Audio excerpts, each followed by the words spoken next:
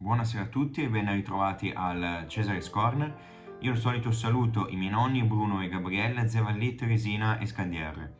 Allora, al corner di oggi vedremo finalmente questo speciale su Anselm Kiefer, speciale che vi anticipo già, io non ho mai fatto così tanta fatica nella mia vita a fare un corner. È da 4 anni che faccio dirette e vi assicuro una cosa del genere non mi era mai successa prima. Questa sarà tipo la quarta volta che provo a girare il corner. Speriamo che sia anche l'ultima perché è da una settimana che ci lavoro. Perché?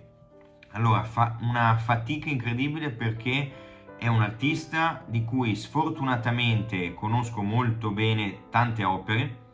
Quindi ogni volta che ne affronto una con la mente vado già ad altre, faccio dei collegamenti, mi perdo nei miei stessi giri e non trovo più la strada. Poi perché appunto ho letto tanto su Kiefer, per darvi un'idea ho ripreso in mano per l'ennesima volta secondo me il libro principale di Kiefer, che è L'arte sopravvivrà alle sue rovine, che vedremo alla fine dopo la spiegazione della mostra che è in corso, ed è un libro che va assunto in piccole dosi, perché è un libro che rischia di fare più confusione che altro se non si impara anche a non leggere alcune parti. Ecco, la difficoltà spesso, soprattutto per gli artisti, è quello di raccontarsi. Questo è un libro di ragionamenti, pensieri, eccetera, scritti da lui. Poi lo vedremo più nello specifico. Il punto è che Kiefer si può dire, per fare una breve entrée, artista tedesco di classe 1945, non solo è probabilmente il miglior artista vivente al mondo, non lo dico solo io, ma tantissimi critici molto e infinitamente più esperti e autorevoli di me, ma è senza dubbio, e questo lo dicono tutti, l'artista più colto e preparato che esista sul pianeta e che secondo tanti è il Michelangelo del 2000, quindi per darvi già un'idea di quali siano i soprannomi di questo artista. Non è un nome dato a caso, è l'artista più colto che ci sia, senza ombra di dubbio, ma veramente se voi vi guardate su YouTube alcuni video di lui che spiega le sue opere, magari no, le presentazioni di alcuni progetti, di alcune mostre dove lui viene intervistato e accanto a lui ci sono i migliori critici al mondo, tipo Hans-Ulrich Obrist e altri, voi vedrete come ogni volta Kiefer li schiacci tutti quanti. Cioè non c'è un critico che riesca a fare un discorso sensato di fronte a Kiefer. Cioè è una cosa devastante. Quindi già l'idea per me di fare un corner di un'ora solo su di lui è veramente difficilissimo. Anche perché essendo un artista estremamente colto, cioè per darvi già un'idea di che razza di cultura si parla, un artista che è quello con la biblioteca di libri più ampia in assoluto per un artista. Cioè per dirvi, laddove nella storia dell'arte abbiamo avuto geni come Giorgione, Tintoretto, Tiziano, Michelangelo, Leonardo, eccetera, gli artisti mediamente alla Giorgione o alla Tiziano, nell'arco di tutta la loro vita, leggevano al massimo 3-4 libri. Ecco, questo è un artista che legge 3-4 libri al giorno da 70 anni, quindi è una cosa spaventosa. Ha una biblioteca di libri letti, non di libri collezionati e mai aperti, ma di libri letti. Si parla di più di 100.000 volumi di storia dell'arte, cataloghi, letteratura, poesia, astrofisica, alchimia, scienza, filosofia. Una cosa clamorosamente folle. Cioè lui spazia in qualunque genere. Per leggere, per dirvi un libro come questo, che è un libro che lui ha scritto allora non l'ha scritto lui, è un libro che risale al 2010-2011. Perché? Perché in quell'anno gli era stato chiesto di insegnare al Collège de France di Parigi. Era la prima volta che veniva chiesto a un artista contemporaneo di prendere una cattedra. A lui gliela offrono, si tratta di un corso di 8 lezioni più una lezione di apertura e una mezza lezione di chiusura, quindi sarebbero 10 ma in verità un po' meno, sono 8 le lezioni ufficiali. Lui parla del suo lavoro, della sua concezione di arte, di alcune sue intuizioni filosofiche e artistiche, e parla molto anche di opere di altri artisti. Cita Anish Kapoor, Marina Abramovic, cita tanti altri artisti a lui contemporanei, Daniel Buren, molti altri, Addirittura quest'ultimo artista viene non solo citato, ma addirittura frequenterà queste lezioni, quindi lezioni a cui vanno gli altri artisti più forti del mondo, cioè per darvi un'idea di chi sia Kiefer. Ecco, lui in pratica si è specializzato in una tale quantità di ambiti che ogni volta che si va ad analizzare un'opera, questi ambiti vanno recuperati e circoscritti.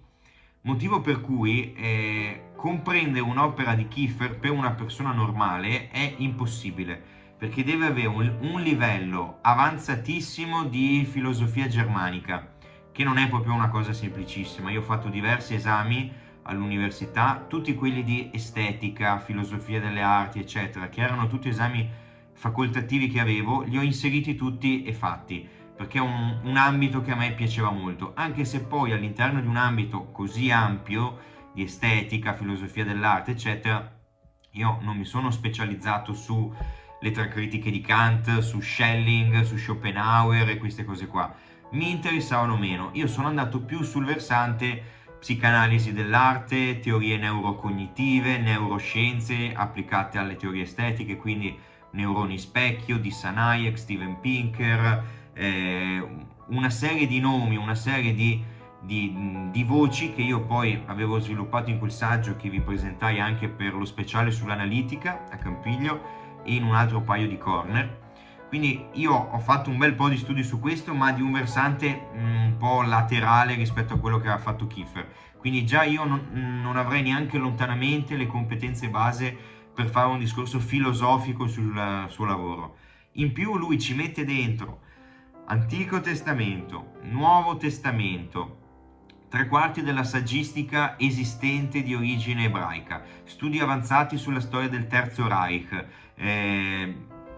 teorie religiose di qualunque tipo, storia di qualunque periodo storico, cioè è una cosa veramente allucinante. È impossibile che una persona sola riesca a descriverlo. Quindi io, nei miliardi di limiti che ho sulla mia preparazione, cerco di dirvi quelle poche cose che so, che posso intuire dal suo lavoro, ma è l'1% di ciò che significa ogni sua opera. È bene fare questa premessa un po' lunga, perché altrimenti uno magari, se sente quello che dirò su Kiefer, dice vabbè, è un artista bravo ma niente di che.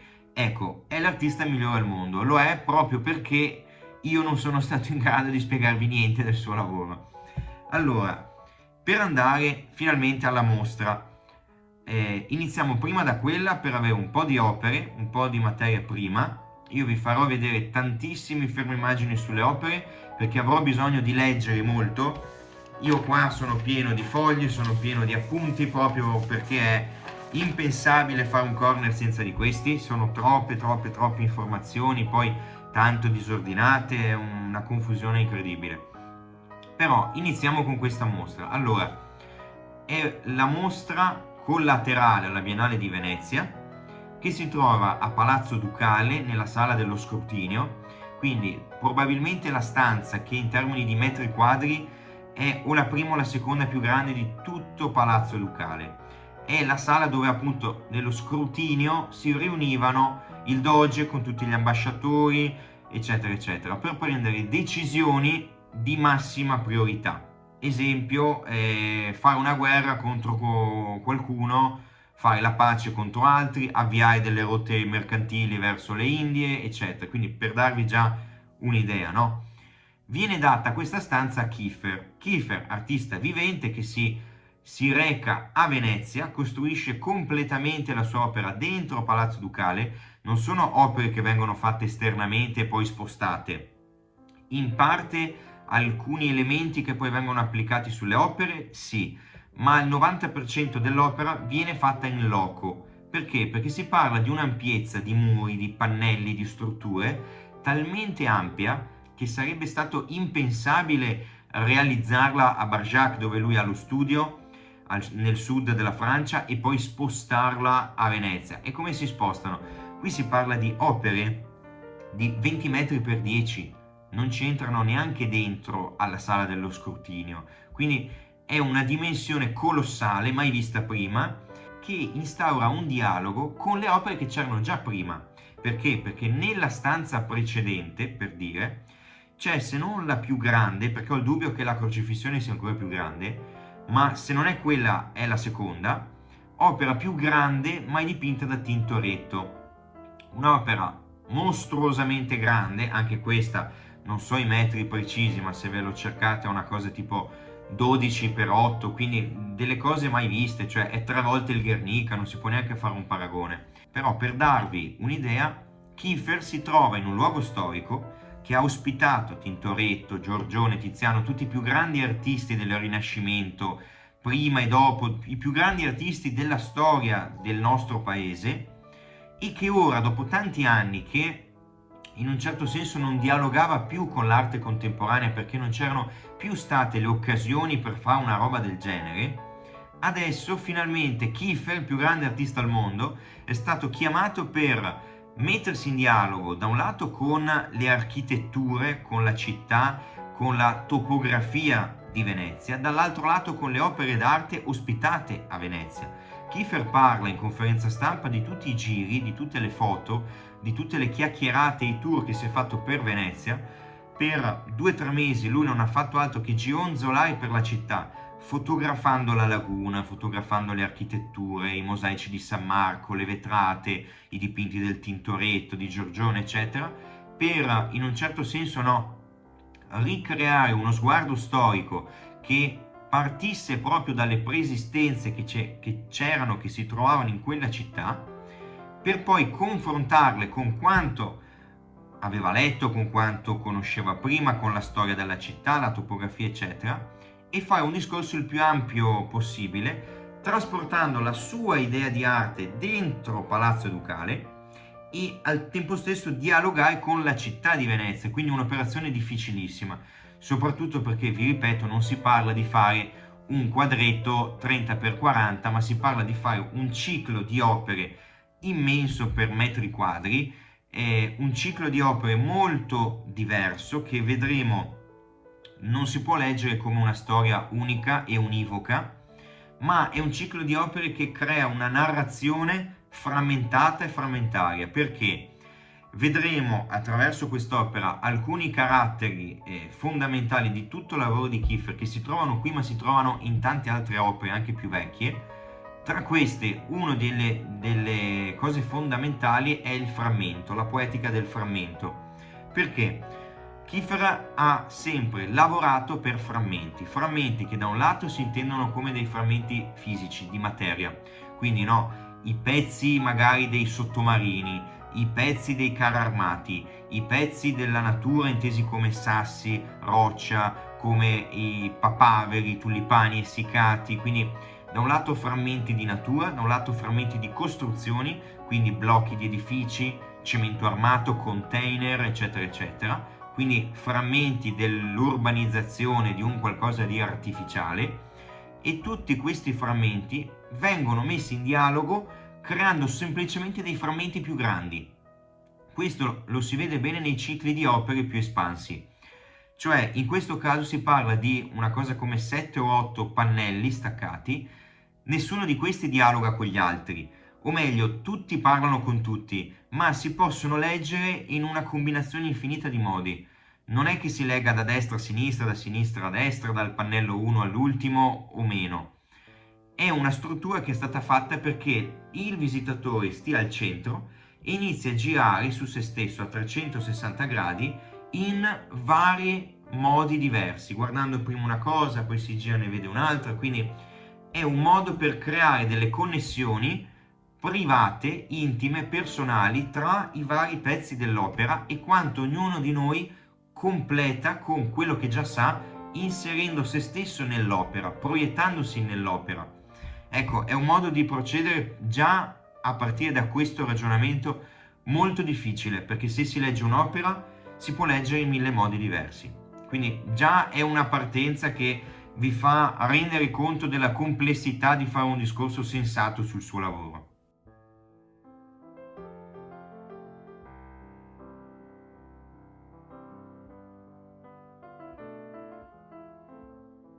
Andiamo ora alla primissima installazione, che in pratica è l'unica che si trova in una sala antistante a questa sala più grande dove c'è tutto il nucleo centrale. ma al tempo stesso è proprio questa sala più piccola, che è creata con dei pannelli che si chiudono a semicerchio, un po' come se fosse una quinta teatrale, e che danno il titolo a tutto quanto il lavoro che è stato fatto.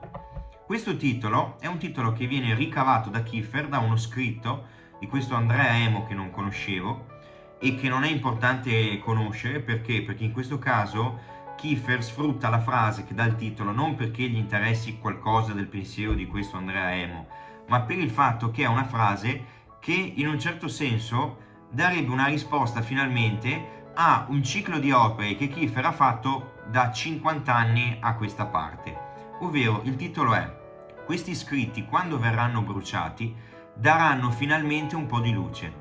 Allora noi vediamo che cosa? Una sorta di campo di guerra, un campo di battaglia, che potrebbe essere un campo di battaglia della seconda guerra mondiale, in cui si trovano questi piccoli frammenti bruciati, inceneriti, di arbusti, di rametti, di pezzi di legno, che sono impilati, sono incastrati in questa struttura molto materica, che è fatta di gesso, è fatta di terra, è fatta di argilla, è fatta di frammenti di piombo, di polvere, di sabbia, quindi è molto molto materica come tutte le opere di Kiefer, e vengono in pratica incastrati questi legnetti carbonizzati, messi tutti in ordine, come a creare al tempo stesso una sorta di cimitero con delle lapidi, ma potrebbe anche essere un campo, un bosco, in cui tutti gli alberi sono stati bruciati. Gli alberi sono i libri ci danno la carta ci dà la cultura, e attraverso la cultura la memoria.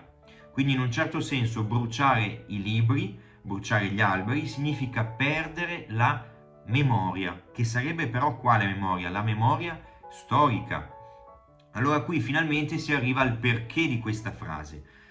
È una frase che in un certo senso potrebbe essere intesa come una sorta di ammissione di colpa rispetto a tutte le opere che ha fatto prima Kiefer. Da un altro lato potrebbe essere forse non una missione di colpa, ma una speranza per il futuro.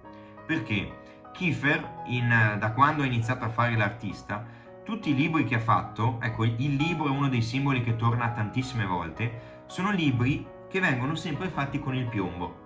In pratica hanno queste copertine di piombo in cui lui spesso incide dei titoli, ha fatto librerie intere con libri di piombo. Dentro ci mette, a volte al posto delle pagine, dei fogli di vetro, a volte dei fogli di piombo, a volte dei fogli di acciaio, quindi inserisce sempre questi materiali ultra resistenti. Perché? Perché l'idea, essendo un artista nato nel 1945, nato nello stesso anno di Hiroshima, nello stesso anno della fine della seconda guerra mondiale, artista tedesco che da giovane, prima ancora che diventare artista, si specializza sulla storia del Terzo Reich, con una sorta di tesi di laurea, di saggio, su che cosa? Sulle immagini del potere del Terzo Reich, quindi su come il nazismo abbia preso il potere plagiando elementi attraverso una cultura dell'immagine che non era mai stata fatta prima in tutta la storia dell'umanità. Non è un caso che uno dei ministri più importanti di Hitler sia stato Goebbels, il ministro della cultura e della propaganda, perché era quella che ha in un certo senso permesso una vittoria schiacciante, una sorta di plebiscito popolare quando Hitler ha vinto il potere. Quindi qual è il senso? Che è una sorta di artista che in un certo senso Kiefer è nato quasi con un senso di colpa, quasi con un bisogno di redenzione storica. Che fa allora? Ogni volta che lui appunto inserisce un libro, lo fa con il piombo, col vetro, con l'acciaio. Perché? Perché i nazisti, tra le tante svariate cose che hanno fatto, hanno incendiato i libri.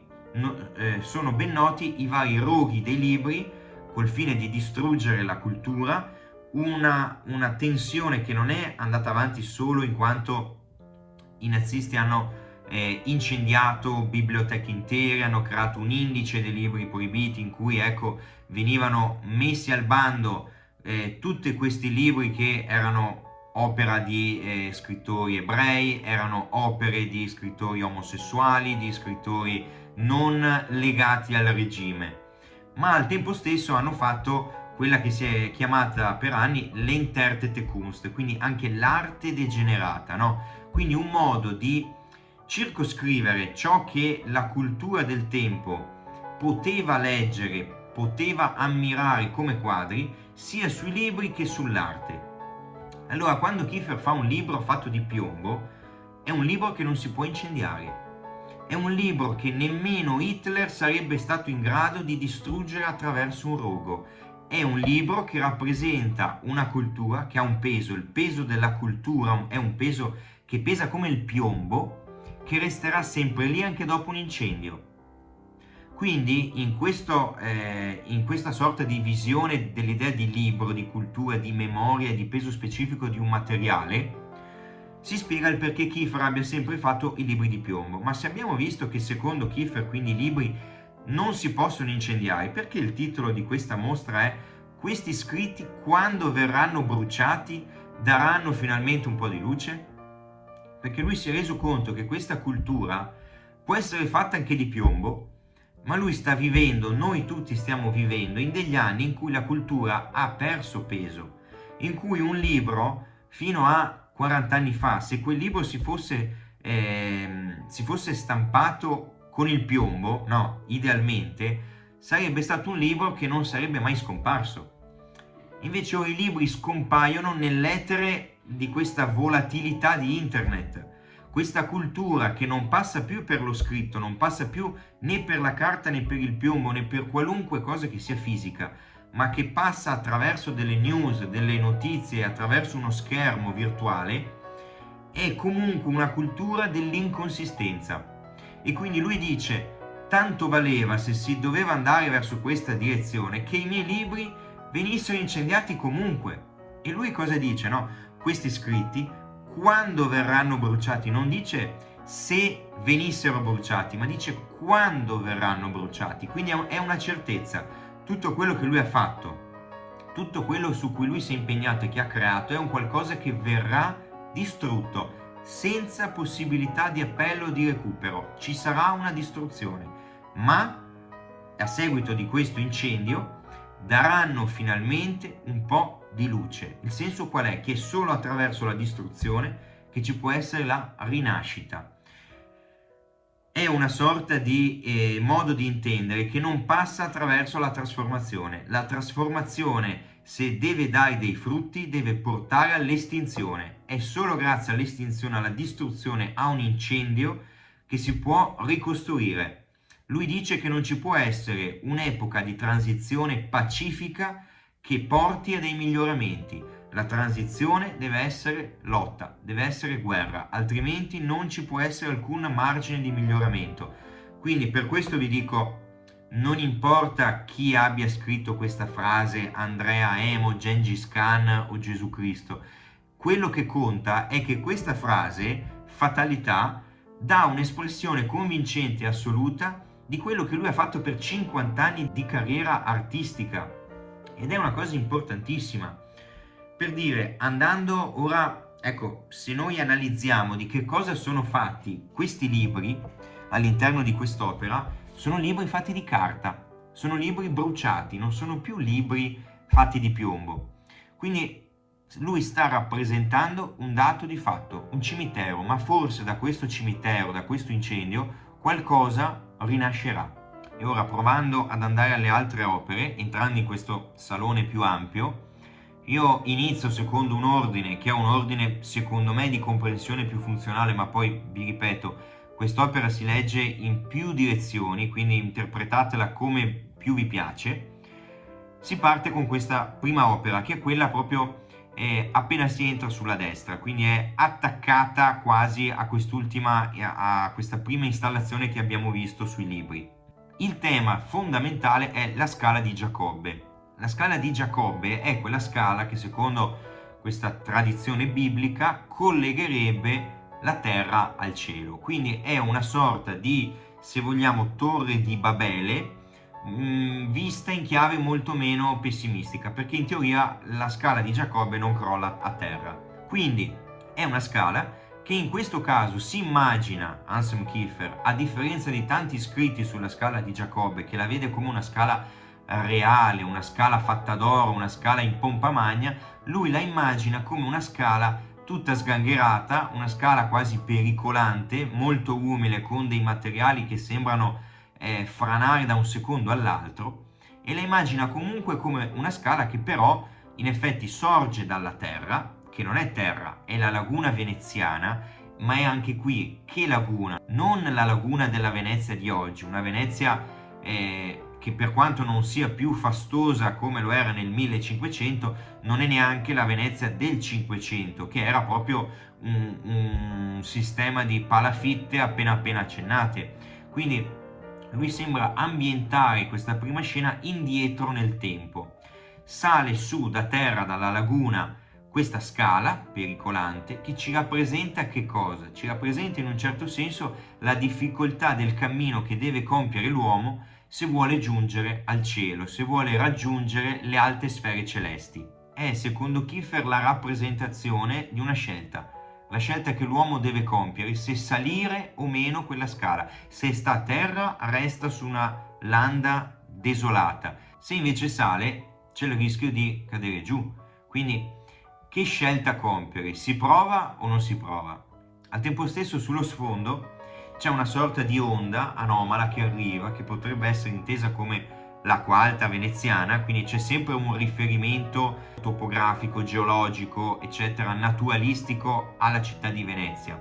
Però è una città di Venezia vista con i filtri del passato, con i filtri di un apparato, di una conoscenza letteraria inimmaginabile, quella di Kiefer, più con dei ragionamenti contemporanei fatti sull'oggi. Quindi è un miscuglio di tempi che si mettono insieme in un'unica opera incredibile, che vanno di volta in volta decodificati perché è frutto di una stratificazione. In questo caso, vi dicevo, sullo sfondo si vede questa sorta di onda anomala che arriva, che sembra in un certo senso giungere vicino a noi per distruggere tutto, per buttare giù quella scala di Giacobbe. Ma al tempo stesso c'è quella sorta di scia, di fulmine, di biancore che scende come se fosse proprio un lampo che unisce cielo e terra un'altra volta, che secondo Kiefer si chiama emanazione. L'emanazione, secondo la Cabala ebraica, è una sorta di connessione tra finito e infinito, tra spirito e corpo, tra cielo e terra. Quindi è da un certo punto di vista quasi un messaggio del cielo, un messaggio divino, che invita l'osservatore a compiere quella scalata verso il cielo attraverso la scala di Giacobbe, perché forse in quel momento, in quel qui e ora, esiste una connessione celeste tra cielo e terra, e quindi solo in quel momento forse l'uomo può cercare di realizzarsi. È in un certo senso anche il percorso di Venezia, una Venezia che dal 500 era niente, nel 1500 è la repubblica più ricca di tutto il mondo conosciuto fino a quel momento. Quindi è la stessa scalata che con tutti i rischi ha compiuto la città e i cittadini di Venezia. Andiamo alla seconda parte, un altro pannello molto ampio che rappresenta un campo. Ecco, il tema del campo è un tema che torna molto spesso anche a Pirelli Hangar Bicocca, si trovano queste ampie distese nell'opera. Prima abbiamo visto questi campi. È un soggetto che piace molto a Kiefer perché gli permette da un lato di sfruttare un orizzonte molto allungato, quindi di inserire su più piani di visione tanti più elementi che non se li avesse ambientati in un sistema chiuso. Quindi è anche una soluzione formale simbolica convincente. Dall'altro lato gli permette di rapportare l'uomo a un qualcosa di immenso, a una sorta di immensità cosmica, che è un altro tema fondamentale, no? Di fronte alle opere di Kiefer ci si sente sempre piccoli, ci si sente sempre impotenti. Perché? Perché lui in effetti è un figlio spirituale di quel romanticismo tedesco che passa per Schopenhauer, passa per Novalis, passa per tanta letteratura, poesia e filosofia tedesca, passa per Nietzsche, che vede proprio nell'uomo, questo uomo che attraverso il confronto con la natura, attraverso il proprio stupirsi di fronte all'immensità della forza della natura, riscopre se stesso, comprende la sua forza attraverso la sua minuscola fisicità. Quindi è un tema molto interessante perché lo vedremo, tutte queste opere non sono monumentali perché sono grandi. Kiefer è uno di quegli artisti che se anche vi fa un'opera di mezzo metro, una sculturina di mezzo metro, voi vi sentite comunque minuscoli rispetto a quella, perché è un modo di gestire il materiale, è un modo di evocare un qualcosa che lui ce l'ha nel DNA, questa imponenza strepitosa. Ma dall'altro lato vedremo la sua è una monumentalità antimonumentale, che è una cosa particolarissima che in un certo senso ha inventato lui in questi termini. Allora, andando avanti con quest'opera, vi dicevo, un campo su cui ci sono vari arbusti, come abbiamo visto anche prima, che idealmente sono disposti quasi a ricreare i profili della Basilica di San Marco. Al centro di questa basilica cosa si trova? Si trova una tomba aperta con un mazzo di fiori e inciso un nome. Il nome è quello di San Marco, il patrono della città di Venezia, Basilica di San Marco, dove ci sono le reliquie di San Marco. Ma che ci sta raccontando Kiefer? Non sta facendo un omaggio alla città di Venezia, appunto. Sta parlando del tema della sparizione. Perché?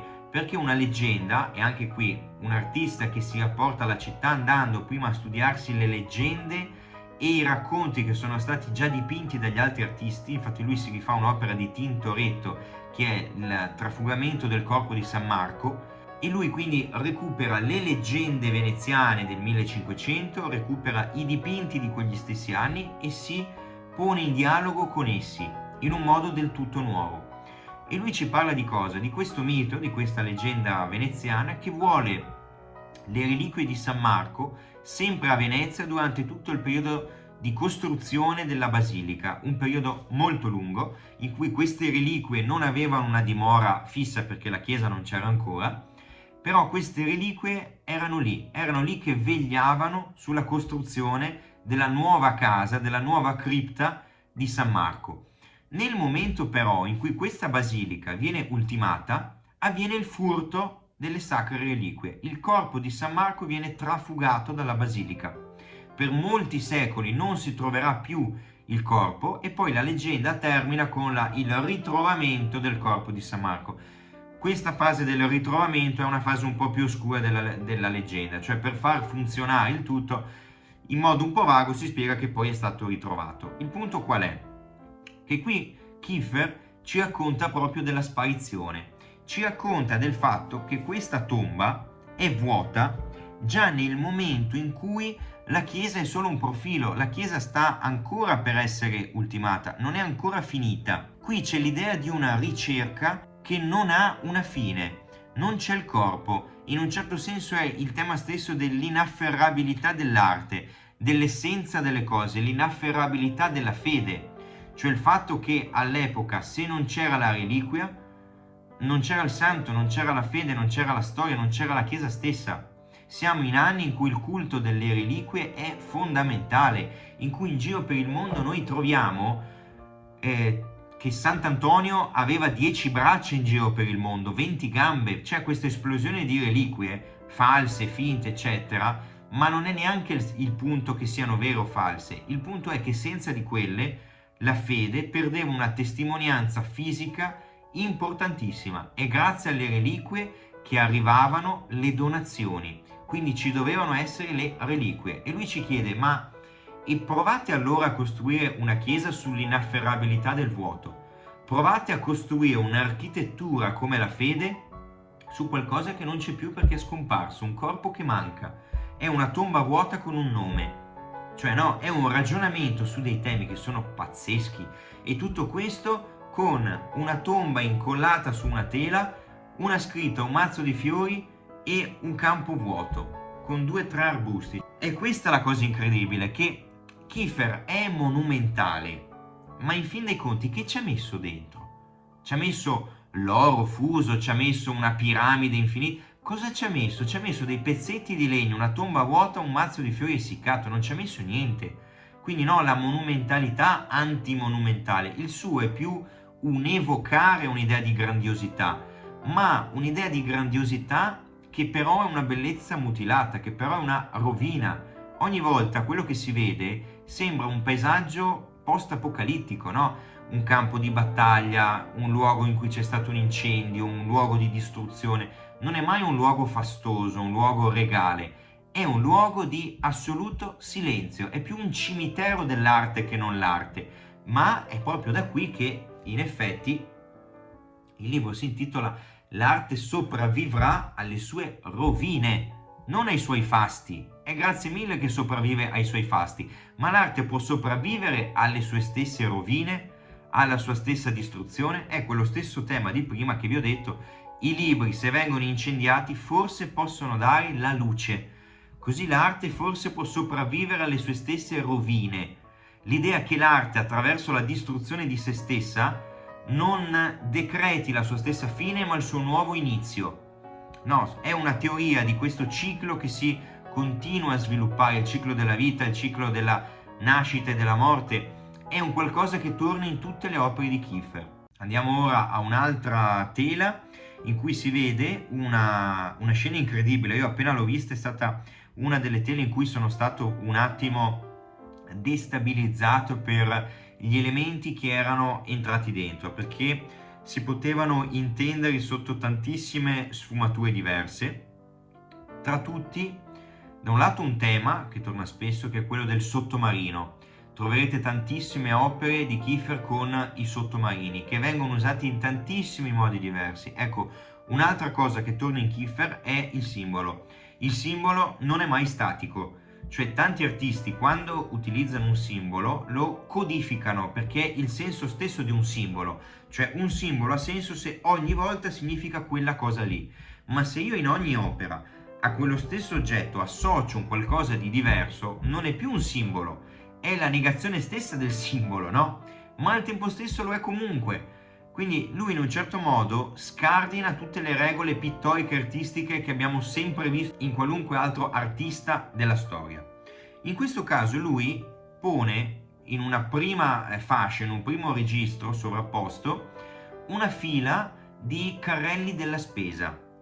Carrelli della spesa che qualunque artista in che modo li utilizzerà mai. Può essere il simbolo del progresso, se pensiamo a Banksy che fa quell'opera con il carrello della spesa e l'uomo della pietra, no, che gli lancia contro una lancia, è il progresso inarrestabile che corre contro la preistoria e demolisce qualunque cosa trovi sopra. Al tempo stesso è il simbolo della ricchezza, nel senso che il carrello rappresenta il supermercato rappresenta la mancanza della fame. Se c'è il supermercato non c'è più la carenza degli alimenti, dei prodotti di prima necessità, eccetera. Quindi rappresenta anche la sconfitta verso il malessere in nome del benessere. Kiefer come lo usa? Il carrello della spesa diventa il doge. Quindi la processione di carrelli della spesa è la processione dei dogi di Venezia. Cioè, anche qui un'idea stranissima. E come la usa questa idea? Lui ci racconta che la città di Venezia ha costruito la propria grandiosità dal 500 al 1500, dal niente al tutto, a essere la città più ricca al mondo.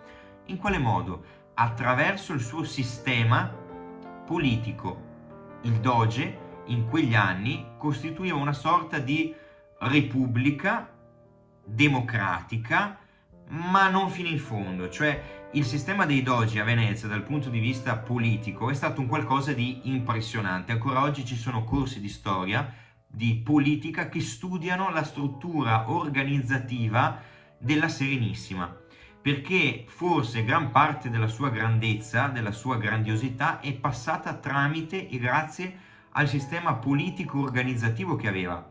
Quindi lui ci dice la grandiosità di Venezia è stato l'apporto che ogni doge, attraverso le sue competenze, attraverso lo sviluppo che ha portato, ha consentito di assumere alla città. Quindi lui vede questo doge come un progresso, quindi un carrello della spesa, che arriva ogni volta con delle novità nuove, quindi è come mettere un prodotto dentro al carrello della spesa. È un qualcosa che però il carrello non ha un pilota. Il carrello va pilotato, no? Ci vuole una persona che lo spinga, una persona che scelga cosa mettere dentro. Quindi il doge non è un capo, non è uno che sceglie cosa dare alla città, è qualcuno che diventa strumento della città, strumento dei cittadini. Ecco la repubblica e la democrazia messi insieme. e che diventa strumento per portare un qualcosa alla città. E si crea questa sequenza in cui ogni carrello della spesa al suo interno ha un qualcosa di diverso. C'è quello che è pieno di carbone, quindi magari l'idea, no, di quando viene scoperto il carbone, magari l'idea della combustione, del calore, il fatto dell'energia calda, può essere questa come idea. Un altro carrello che porta delle pelli acconciate, quindi l'idea di una cultura del tessile che passa per cosa? Passa tramite i mercati che la Serenissima aveva con l'India, con la Cina, quindi tutto il tessile che parte da quelle zone. Ogni carrello porta un qualcosa di nuovo alla città. E sotto cosa ci stanno? Ci stanno 3 sottomarini. 3 sottomarini che puntano in tutte le direzioni, creano una sorta di linea che unisce Oriente e Occidente. Ma attraverso cosa? Attraverso la navigazione. Venezia, tutto quello che ha fatto, l'ha fatto per mare. L'ha fatto perché aveva la flotta più forte del mondo fino ad allora conosciuto. Quindi la potenza navale, che non è chiaramente rappresentata dalle gondole, anche qui, no? Sarebbe stato intelligente inserire una gondola. Perché? Perché era il simbolo di Venezia, perché era comunque la potenza del mare, perché nel 1500 i sottomarini della seconda guerra mondiale non c'erano di sicuro, ma lui lo inserisce lo stesso. Quindi no, c'è sempre il collegamento all'artista che è tedesco, che è nato nell'anno della fine della seconda guerra mondiale, nell'anno di Hiroshima, eccetera, il collegamento al luogo in cui si lavora, il collegamento alla storia che si è studiata di quel luogo. Quindi è sempre un ponte tra zone geografiche diverse e periodi storici differenti. E questa è la grandezza di Kiefer, che riesce sempre a estrarre, non si ferma mai a un ambito, ma li inserisce tutti insieme. Ha una visione d'insieme che è geniale. Andiamo ora a un paesaggio incredibile, perché rappresenta di nuovo la laguna veneziana, ma con dei colori, delle prospettive, delle intuizioni, delle sensazioni molto diverse dal solito, perché è una laguna intanto desolata, come mai si vede. È una laguna poi ghiacciata, e anche qui vi assicuro, i veneziani una laguna ghiacciata l'avranno vista 2 volte nell'arco di una vita, è una cosa che non si vede mai, e Kiefer non l'ha di sicuro vista, però la immagina una laguna ghiacciata e sopra un cielo che sembra solcato da fuochi di artificio, sembrano delle nuvole di fuoco. Sembra una via di mezzo tra i cieli di Tintoretto, che Tintoretto li ha sempre fatti in quel modo, in effetti i cieli, e al tempo stesso la grandezza di Turner, no? Quando si vedono opere come L'incendio della Téméraire. Quindi c'è questa fusione tra un romanticismo appunto di matrice alla Turner, ma potrebbe essere anche alla Caspar David Friedrich in questo lago ghiacciato, e al tempo stesso la classicità, no? Tintoretto, ma di nuovo il luogo, la laguna veneziana. Quindi a me piace molto come lui riesca di nuovo a mettere insieme non solo periodi e luoghi, ma fonti iconografiche, artistiche solide, cioè non è l'artista che cita lo scarsone, è l'artista che cita Friedrich, Turner e Tintoretto in un colpo solo e ci mette dentro 3/4 di Kiefer. Quindi è una cosa devastante come impatto, no? Procedendo ancora andiamo a un'altra parte di questa tela, di questo ciclo, in cui c'è un sottomarino singolo, di nuovo con queste fasce di luce, con questi bagliori, come quello che c'era sulla scala di Giacobbe, che non procede più secondo un andamento verticale, ma orizzontale. Allora qui ci parla di un altro tema ancora. Quale? Il fatto che c'è questa unione orizzontale tra tutti i tempi, tutti i luoghi, no? Come l'emanazione verticale, una connessione tra spirito e fisico, tra cielo e terra, tra infinito e finito, quella orizzontale è un modo per unire tutti i popoli in tutti i tempi di tutti i luoghi. E in questo caso come si unisce? Si unisce con un sottomarino. Ma il sottomarino di nuovo è simbolo di che cosa? Non più, come abbiamo visto prima, della potenza navale, ma la potenza della seconda guerra mondiale, quindi la potenza del progresso, la potenza di un qualcosa che disintegra tutto. In questo caso il sottomarino serve per indicare un viaggio, un percorso appunto in tutti i luoghi, in tutti i tempi, che si muove come un sottomarino. E il sottomarino come si muove?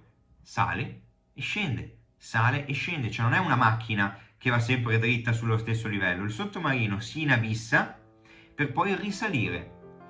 E di che cosa ci sta raccontando? Ci sta raccontando del destino di Venezia.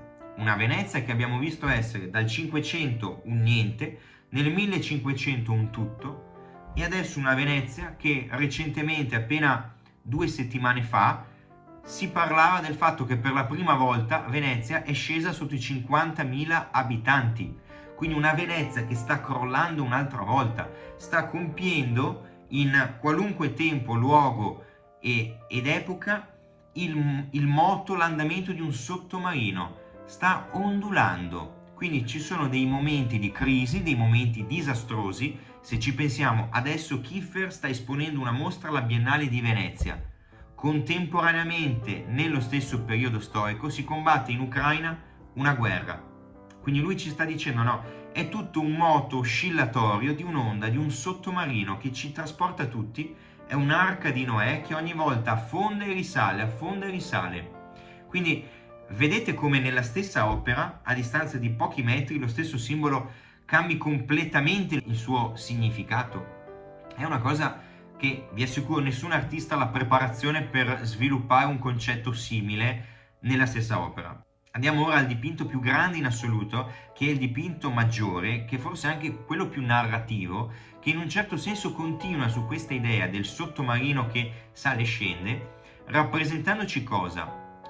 La città di Venezia e la vista di Palazzo Ducale, quello stesso palazzo, sia Palazzo Ducale che in un certo senso San Marco, si trovano uno di fianco all'altro, no? Abbiamo visto però esattamente frontale a questo dipinto si trovava il profilo di San Marco con la tomba aperta di San Marco, no? Quindi lì era solo un profilo. Qui davanti si vede tutto Palazzo Ducale, quindi è una vicinanza, una frontalità che è sia geografica, perché si trovano uno accanto all'altro, ma al tempo stesso è un salto storico da una all'altra, da un periodo in cui la basilica non era ancora fatta, ad oggi che invece Palazzo Ducale è bello e finito. Ma come ci viene rappresentato? Ci viene rappresentato messo a fuoco i fiamme. È tutto nero, è tutto scuro, buio, con questi lampi di luce che sembra un incendio. In basso, sulla striscia più sotto, troviamo invece una fila, una processione di figure, che sono delle figure spersonalizzate, sono i resti dell'umanità, che vengono fatti come? Con dei vestiti che sono in un certo senso vestiti che in alcuni casi ricordano i vestiti della seconda guerra mondiale, ricordano i vestiti dei generali nazisti. E che cosa rappresenta? Rappresenta la città di Venezia, i cittadini che se ne stanno andando perché Venezia è in fiamme. Venezia ha preso fuoco e di nuovo no, questa popolazione che ha creato Venezia, che ha fatto la grandezza della città, che inizia a spopolarsi. In alto, sul registro più sopra, si vede cosa? La bandiera di San Marco con leone. Ebbene, Venezia senza più i suoi abitanti, una Venezia in cui i suoi simboli storici prendono fuoco, può considerarsi ancora Venezia perché in alto compare ancora una bandiera svolazzante con leone d'oro? Cioè Venezia è un simbolo o Venezia è una città? Venezia è una cittadinanza, un senso di appartenenza civica?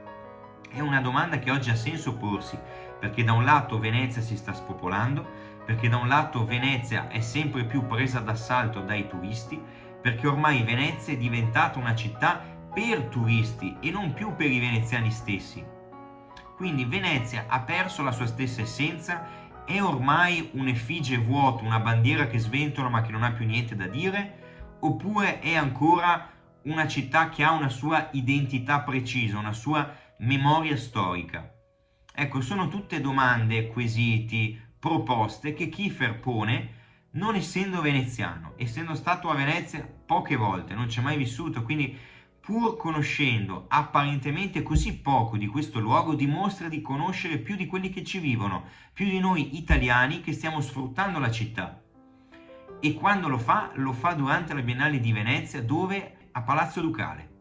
Quindi secondo me è veramente una mostra di quelle che poche volte nella vita si vedono mostre di questa forza, di questa energia, ed è una mostra che ha un ciclo, un ultimo pannello, che si conclude, mi piace vederlo come una conclusione, no? Proprio con questa distruzione, perché in quest'ultimo pannello si vedono una sorta di nuovo, emanazioni, sono 3, che in un certo senso rappresentano il Big Bang di Venezia, no? La distruzione in assoluto la cosa più distruttiva che esista, perché il Big Bang è distruzione, sì, però è stata la creazione dell'universo, quindi distruzione che porta a creazione.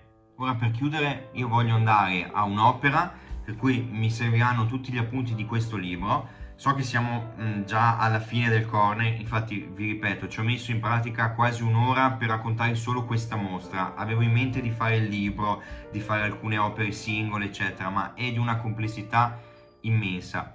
Vi dicevo, alcune caratteristiche fisse che tornano un po' in tutte le opere di Kiefer. Lo vediamo in una delle mie preferite, delle più famose, delle più belle anche, che sono i 7 palazzi celesti che si trovano appunto al Pirelli Hangar Bicocca a Milano. Sono delle opere che risalgono a non molti anni fa. Si parla di una prima versione di queste opere che risale al 2004, che rappresentava solo i 7 palazzi. Poi nel 2015 sono stati riposizionati leggermente, aggiungendo intorno quelle ampie tele, quelle ampie opere che in un certo senso completano come scenografia la struttura dei 7 palazzi. Di che si tratta? Allora, qui Kiefer parte per prendere spunto da quest'opera, una delle pietre miliari della trattatistica ebraica, che è il grande trattato dei palazzi. Ecco, io vi assicuro che nella contemporaneità non troverete mai un artista che citi dei libri così eruditi, che abbia una cultura così ampia, che vada così indietro nel tempo, nella memoria storica, che vada così in profondità nelle origini di una cultura. Non ce ne sono. Per questo poi spiegare Kiefer è di una complessità assoluta. Lui stesso ci è riuscito in maniera molto limitata in un corso intero con 200 pagine di libro, quindi è qualcosa di assolutamente impensabile comprendere tutto con un corner, con un libro, anche solo con un mese di studio, è impossibile. Comunque questi 7 palazzi sono dei palazzi che vi dicevo, no, monumentalità, antimonumentalità. Mettono insieme da un lato questa idea di torre di Babele, di un qualcosa di immenso, di altissimo, che come una torre, quindi anche l'iconografia della torre, la torre è quel qualcosa, è quell'edificio umano che vuole attraversare il cielo. Mentre la cupola, se pensiamo alla cupola del Brunelleschi, è una struttura che invece vuole accarezzare il cielo, la torre lo vuole superare, oltrepassare. Quindi c'è l'idea della torre di Babele, quel momento in cui l'uomo cerca di avvicinarsi troppo alla divinità e allora ecco che la torre crolla su se stessa. In questo caso si percepisce la monumentalità di insieme. Quando si entra si vedono delle torri che sono alte dagli 8 ai 15 metri, quindi si viene un attimo schiacciati. Però avvicinandosi si vedono che queste torri sono in realtà fragili, sono delle torri che sembrano pericolanti, quindi c'è sì la potenza, ma al tempo stesso c'è la precarietà, c'è il declino. C'è questa imponenza data dall'altezza, ma c'è la fragilità. E avvicinandosi si nota come Kiefer giochi molto spesso sulla caccia al tesoro dei dettagli. Ad esempio, questa è una torre in cui si vede un elemento che ci racconta di cosa? Dell'iconoclastia nazista. Quindi, di nuovo, no, dal rogo dei libri all'Interprete Kunst, l'idea che questa iconoclastia sia la negazione dell'immagine. Quindi noi troviamo tanti quadri, tante cornici senza più immagine, che vengono spaccati, che vengono distrutti, che vengono svuotati della loro icona e che vengono in un certo senso dimenticati lì. Sono dei palazzi che ci parlano più di rovine, sembrano quasi, no, quell'idea di città post-apocalittica che ci racconta di una bellezza mutilata, di una bellezza che sta al confine tra ciò che resta e ciò che è stato, quindi tra ciò che si vede e il ricordo della bellezza che fu.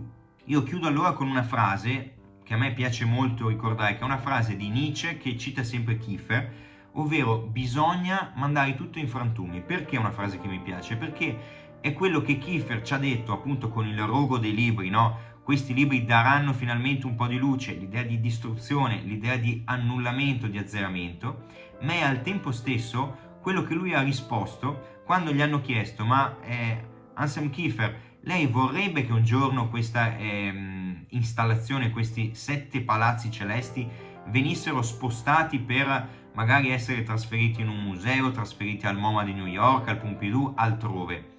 E lui ha risposto: no, il mio sogno più grande è filmare la loro distruzione.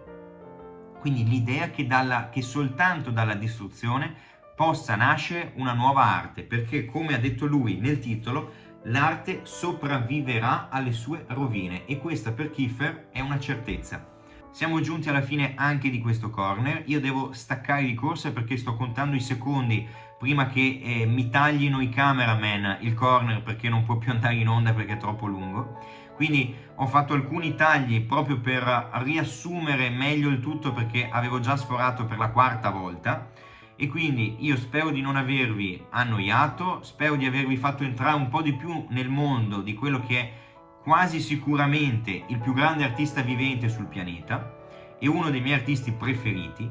Spero che ci siano altre occasioni per raccontarvi meglio tutto il suo pensiero, perché è non solo geniale ma è infinito, quindi non basterebbero 10 corner per dire tutto. Siamo giunti alla fine, vi ringrazio, buona serata a tutti e al prossimo Cesare's Corner.